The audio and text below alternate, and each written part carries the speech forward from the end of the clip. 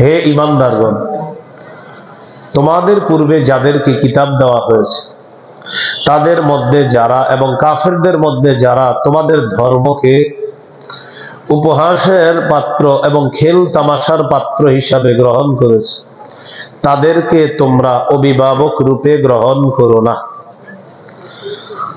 ইহুদি খ্রিস্টানদেরকে অভিভাবক রূপে গ্রহণ করতে আল্লাহ নিষেধ করেছেন। তাদেরকে অভিভাবক রূপে গ্রহণ করলে কি ক্ষতি? ক্ষতি তো শেষ নাই। এর মধ্যে 2 দিন পরে একটা রাত আসবে, এটার নাম 31st নাইট। এই রাতকে কেন্দ্র করে এরা আমাদের উপর যা চাপিয়ে দিবে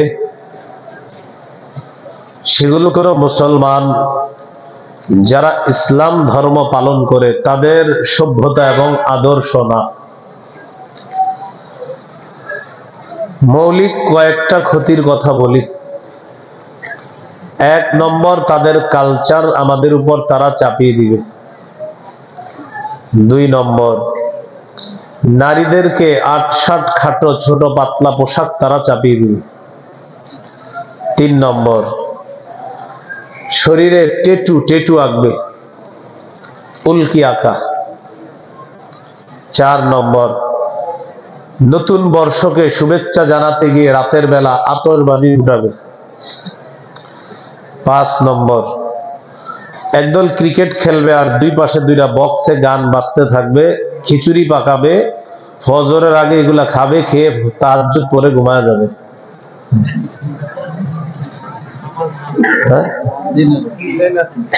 হলো 5 নম্বর। 6 নম্বর, মাদকের জয় জয়কর অবস্থা হবে, রেকর্ড হবে মদ ব্যবসা, এর পরের দিন পেপারে এটা গর্ব করে লেখা হবে। 7 নম্বর, জিনাকে হালাল মনে করবে।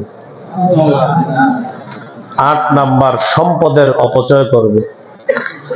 9 নম্বর, সময়ের অপচয় করবে। 10 নম্বর, মুশরিকদের শিরকি স্লোগান আমাদের মুখ দিয়ে, মুসলমান বাচ্চার মুখ দিয়ে বের করার চেষ্টা করা হবে। এই 10টা ক্ষতি নিয়ে আসতেছে। এর মধ্যে 1 নাম্বার, তাদের কালচার আমাদের উপর চাপিয়ে দেওয়া। আমরা মুসলমান, আমাদের ধর্মের নাম ইসলাম। সূরা আলী ইমরানের 19 নম্বর আয়াতে আল্লাহ তাআলা বলেন, ইন্নাদ দীনা ইনদাল্লাহিল ইসলাম, আল্লাহর কাছে একমাত্র দ্বীন হলো ইসলাম। সূরা আলী ইমরানের 85 নম্বর আয়াতে আল্লাহ বলেন, ওয়া মান ইয়াবতাগি গায়রাল ইসলামি দীনান ফালাই ইউকবালা মিন, কেউ যদি ইসলাম ছাড়া অন্য কোনো কিছুকে দ্বীন হিসাবে কামনা করে এটা গ্রহণযোগ্য হবে না। সূরা বাকারার 131 নম্বর আয়াত আল্লাহ তাআলা বলেন, ইয ক্বালা লাহু রাব্বুহু আসলিম ক্বালা আসলামতু লিরাব্বিল আলামিন। স্মরণ করুন ওই সময়কে যখন ইব্রাহিমকে তার রব বললেন আত্মসমর্পণ করেন, তিনিও বললেন আমি বিশ্ব জগতের রব আল্লাহর কাছে আত্মসমর্পণ করলাম। আয়াত থেকে বোঝা যায় অভিভাবক যিনি হবেন তিনি ইসলাম পালন করবেন। সূরা বাকারার 132 নম্বর আয়াতে আল্লাহ বলেন, ওয়াওয়াসসা বিহা ইব্রাহিমু বানিহি ওয়া ইয়াকুব ইয়া বানিয়া ইন্নাল্লাহা আসতাফা লাকুমুদ-দীনা ফালা তামুতুন্না ইল্লা ওয়া আনতুম মুসলিমুন। ইব্রাহিম নবী, ইয়াকুব নবী তার সন্তানদেরকে ওসিয়ত করেছেন, হে প্রিয় সন্তান, আল্লাহ তাআলা তোমাদের জন্য দ্বীন নির্বাচন করেছেন, তোমরা মুসলমান না হয়ে মরবা না। তাহলে অভিভাবক তারাও ইসলাম পালন করবে, সন্তানদেরকে ইসলাম পালনের ওসিয়ত করবে।